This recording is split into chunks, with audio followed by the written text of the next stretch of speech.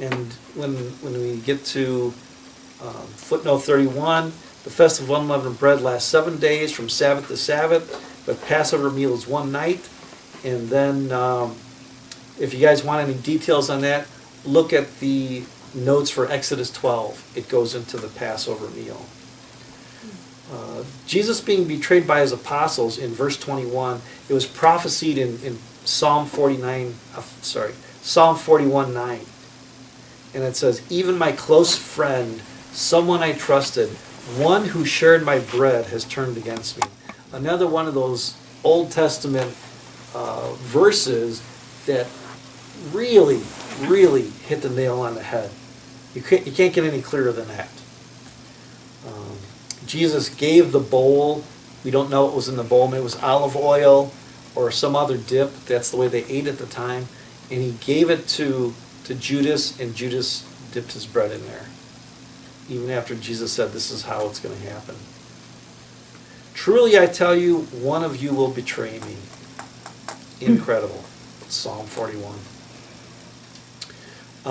Jesus never identifies who it is that's going to do this, but he kind of did it in an offhanded way, like I said, by sharing the bread with them. Then Judas, the one who would betray him, said, surely you don't mean me, Rabbi. What do we know about the people who called Jesus Rabbi? They were not true believers. Right. They're not right. They're not true believers. Right. Because the disciples and the other people who followed Jesus always called Jesus Lord. So when I read that, it's like, oh, of course. What a big clue that Judas calls Jesus Rabbi. He's already one of the outsiders because he's already betrayed Jesus. And Pastor, can you expand on verse 27? As soon as Judas took the bread, Satan entered into him. We all have a little Satan in us, but more so, more in control. I think so. I think this, because just before that, look to verse 23. Jesus says, the one who has dipped his hand into the bowl with me will betray me. So I think Judas still could have not done that act. Judas still could have not dipped the bread in and done something else. Then he wouldn't have been in trouble, but still God would have found some way for the crucifixion to happen. Because we know it had to happen, because that's the only way we're going to get saved. But Gary... He never did ask for forgiveness for his sin of No, he never betrayed. did. He never did. Peter did, but Judas didn't. Because they both betrayed Jesus, but Peter went back, Judas didn't. Judas took it into his own hands and said, I'm too sinful, God could never love me, and he hung himself. So always hope if we are sinful, even on death row. There's always hope. We look to the thief who was, of course, on the right hand of Jesus and said to Jesus, Jesus, remember me when you enter your kingdom. And that's all he said. He didn't say, forgive me. He just had enough faith that if Jesus would remember him, he would be in. So Gary, That would be a great line to give anybody on death row. Yeah. They do have a chance. Yeah. I wonder how many death row confessions there are. Probably quite a few.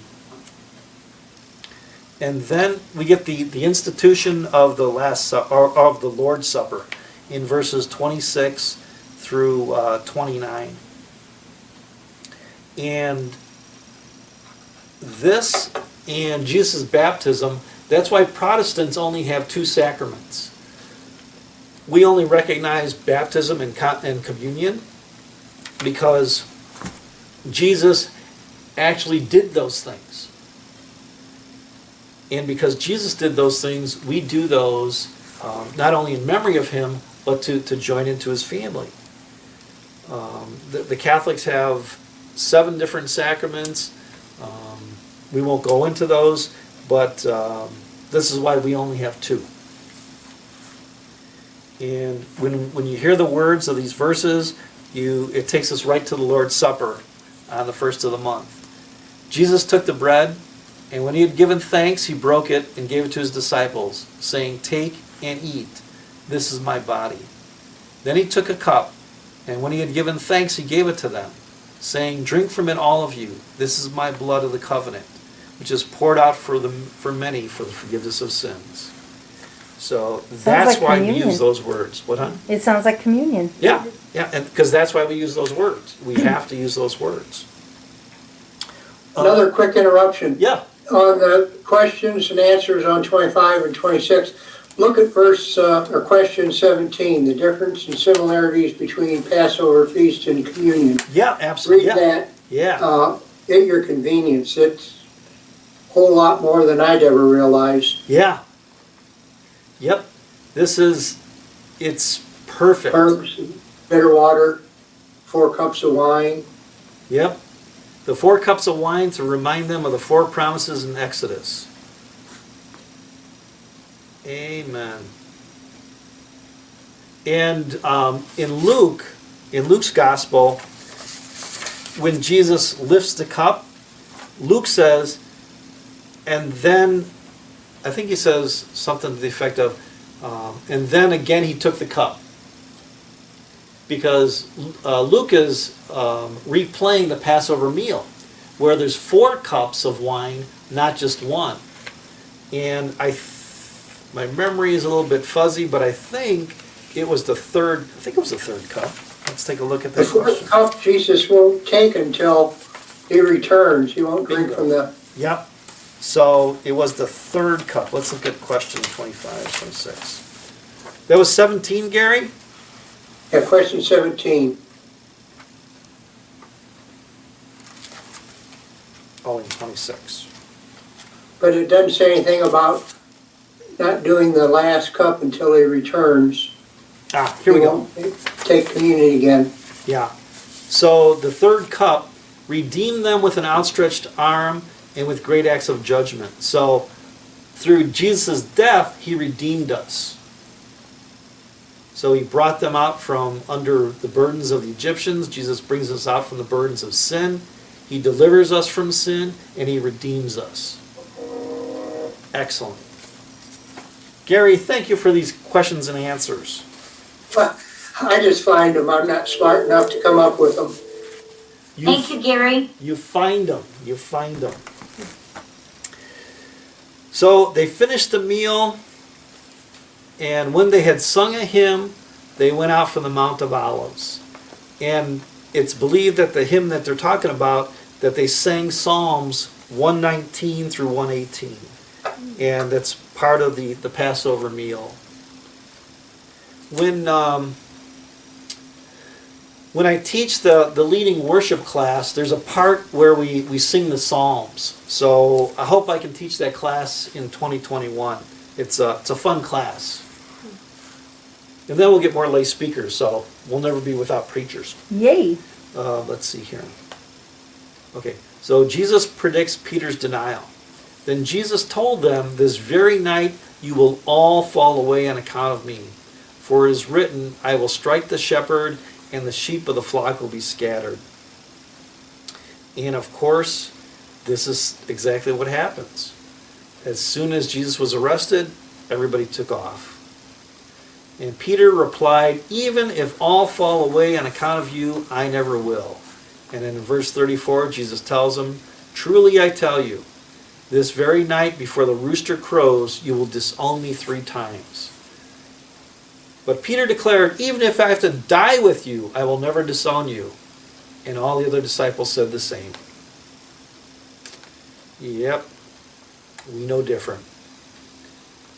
Verse 36, Then Jesus went with his disciples to a place called Gethsemane, and he said to them, "Sit here while I go over there and pray." And he took Peter and the 2 sons of Zebedee. So Peter, James, and John, they were Jesus' inner circle. They were there at the Transfiguration. They were with Jesus whenever something big happened. And Jesus began to be sorrowful and troubled because he knew what was coming forward. So this whole section here It's all about how we succumb to temptation. They were so tired, they were tempted by sleep that they actually fell asleep. And of course they fall asleep 3 times, which is a perfect number, so it means that they sinned perfectly. They yielded to temptation. Verse 45, then he returned to the disciples and said to them, are you still sleeping and resting? Look, the hour has come, and the Son of Man is delivered into the hands of the sinners. Rise, let us go. Here comes my betrayer. And this is why during communion we say, this is my body given for you. Because Jesus wasn't taken, he allowed himself to be taken. He could have run away, but instead he went right to Judas. While he was still speaking, Judas, one of the 12, arrived. With him a large crowd armed with swords and clubs sent from the chief priests and elders of the people. Now the betrayer had arranged the signal with them.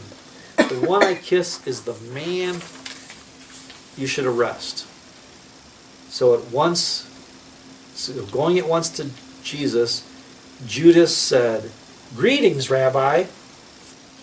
So again, he shows who he really is.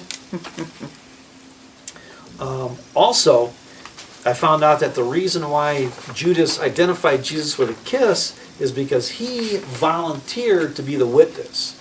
He volunteered to be the accuser at Jesus' trial. So if he wasn't the accuser, then one of the high priests would have to do it. And then Jesus replied, do what you came for, friend. Kind of like a backhanded compliment. He knows he's not his friend. So, with these words, Jesus allows himself to be captured. Just do what you came for. Then the men stepped forward, seizing Jesus and arrested him. Now, what we need to remember is these weren't the Romans who arrested Jesus. These were the Jewish people. They were the temple guards. So the Romans had nothing to do with this. The only part the Romans play is Pontius Pilate and the soldiers nailing Jesus to the cross. This was the Jewish leaders that took care of all of this. The leaders could not kill anyone. They had to have the Romans do it for them. Right. The only method of killing that was permitted, that the Romans allowed them to do, was stoning. And they didn't want to stone Jesus. They wanted him to be crucified, so that's when we see the trial. They portray Jesus as king of the Jews, so making him out to be a subversive, that he's going to overthrow the Roman government. So, awful. Verse 51, one of Jesus' companions reached for his sword, drew it out, and struck the servant of the high priest, cutting off his ear. So, in John, we find out that Peter is the one who cut off this guy's ear. And Jesus, in an act of mercy, even when he's being arrested, I think it's in John, in Luke, picks up the ear and heals the guy. So, now all of this that's happening is in Isaiah 53. So one of our supplements is Isaiah 53. So when you get a chance, read that, and as you read it, you'll be able to see all the things that are happening to Jesus on Holy Thursday and Good Friday. It's really amazing that Isaiah could prophesy this whole thing. And of course, that's why Jesus says in verse 54, but how then would the scriptures be fulfilled that say it must happen this way? Isaiah probably had absolutely no clue what he was prophesying or writing. Probably not.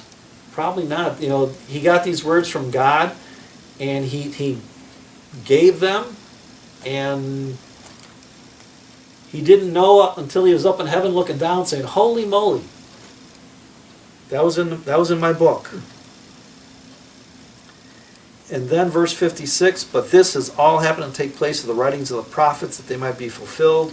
Then all the disciples deserted him and fled, just like Jesus said. In verse 35, they said they would all stand by him, but Jesus knew that it wouldn't be possible. Jesus before the Sanhedrin. Now the Sanhedrin, that was like the big gathering place for all the Jewish leaders. That's where the high priest, the teachers of the law, and the elders had assembled. Would that include the Sadducees and Pharisees? Probably, because that's where all the high-ranking people were. And we know that the Pharisees were high in the church. They weren't priests, but they were high in the church. But the Sadducees, they were more like the theologically educated. So they would have been there too, Gary. All the Jewish leaders were there at that time. And they were looking for false evidence against Jesus so they could put him to death. But they could not find any, though many false witnesses came forward. Finally, 2 came forward and declared, "This fellow said, I am able to destroy the temple and rebuild," bless you, Excuse me. Thank and you. rebuild it in 3 days. Of course, that's not what Jesus said. So they took his words out of context, and what Jesus actually said is, he is the temple of God. He would be destroyed, bless you, Thank you. but he would rise again in 3 days. My mask is itchy. We're almost done. Hang Hey, in no, there. no, it's okay. So they took Jesus' words out of context, and that's all the high priest needed, because you can't tear down the temple, because that's an act of blasphemy. And Jesus didn't say anything. He didn't defend himself, like you'll see in Isaiah. The high priest said to him, "I charge you under oath by the living God. Tell us if you are the Messiah, the Son of God." "You have said so," Jesus replied. "But I say to all of you, from now on you will see the Son of Man sitting at the right hand of the Mighty One and coming on the clouds of heaven." And this is when the high priest goes crazy. When we studied the Old Testament, we found out that when people were under incredible grief, they would tear their clothes and they would mess up their hair. But in Leviticus, God told Moses to tell Aaron, the priests can't do that anymore because their clothes are sacred. Remember when in our Old Testament studies, God gave specific designs in how the priest's clothing had to be done. So their clothes were sacred. So here, the high priest is going against religious training by tearing his clothes. You're not supposed to do that. But he got away with it. And he said, "He has spoken blasphemy," referring to Jesus. "Why do we need any more witnesses? Look, now you have heard the blasphemy. What do you think?" Of course, they have their 2 witnesses, and that's all they really need, based on Deuteronomy. Remember, you need 2 witnesses. 1 won't do, so they got their 2. "He is worthy of death," they all answered. Oh, boy. So they got Jesus in a quick Kind of a trial. final thought that all of this stuff occurred at night, which was absolutely against Jewish laws. And the places they did it, the way they did it, it was just a plain kangaroo court, and Jesus let it go on. Yeah, it was Yeah, they underhanded. had their purpose. And Jesus was silent, as we'll see in Isaiah, and because he knew what he had to do. Then they spit in his face, struck him with their fists, others slapped him. When you read Isaiah 50, I didn't print that one out, but Isaiah 50 is known as the suffering servant. And in there he gives additional pictures of Jesus, like in verse 6, Isaiah chapter 50, verse 6. "I offered my back to those who beat me, my cheeks to those who pulled out my beard. I did not hide my face from mocking and spitting." Once Jesus gets into the Roman garrison, they did pull his beard out too. Ouch. Yeah. Do you think when Jesus gets to heaven, he'll still have the nail scars and the beating scars on his, but he, would be a spirit, or is going to be a new body? Oh no, he's got his new body, as we're promised. And but I think, Gary, I think he will still bear the marks, because he had them on earth, and I think even in heaven we should be reminded of why we're allowed to be there, and that for that reason I think that's why Jesus might still have the marks. So, but we'll see. We'll see when we get there. So here comes the bad news for Peter. Now Peter was sitting in the courtyard, and a servant girl came to him. You were also with Jesus of Galilee. Now, one commentary I read said that Judas betrayed Jesus in the courtyard also. But I couldn't find any reference in any of the Bibles I had of Judas being in the courtyard, so I didn't include that footnote. But if you guys find out anywhere that Judas betrayed Jesus in the courtyard, let me know. So Peter's in the courtyard, and a servant girl came to him. You also were with Jesus of Galilee. But he denied it before all of them. I don't know what you're talking about, number one. Then he went out to the gateway, where another servant girl saw him and said to the people there, this fellow was with Jesus of Nazareth. He denied it again with an oath. I don't know the man, number two. After a while, those standing there went up to Peter and said, surely you are one of them, your accent gives you away. Then he began to call down curses, and he swore to them, I don't know the man, number three. So the curses they talk about, they're not talking about him cursing like we think. He's actually calling down curses upon himself, kind of like if we would say, if I'm lying, may God strike me dead. And God almost struck him dead. Immediately a rooster crowed. Then Peter remembered the word Jesus had spoken. Before the rooster crows, you will disown me 3 times. And he went outside and wept bitterly.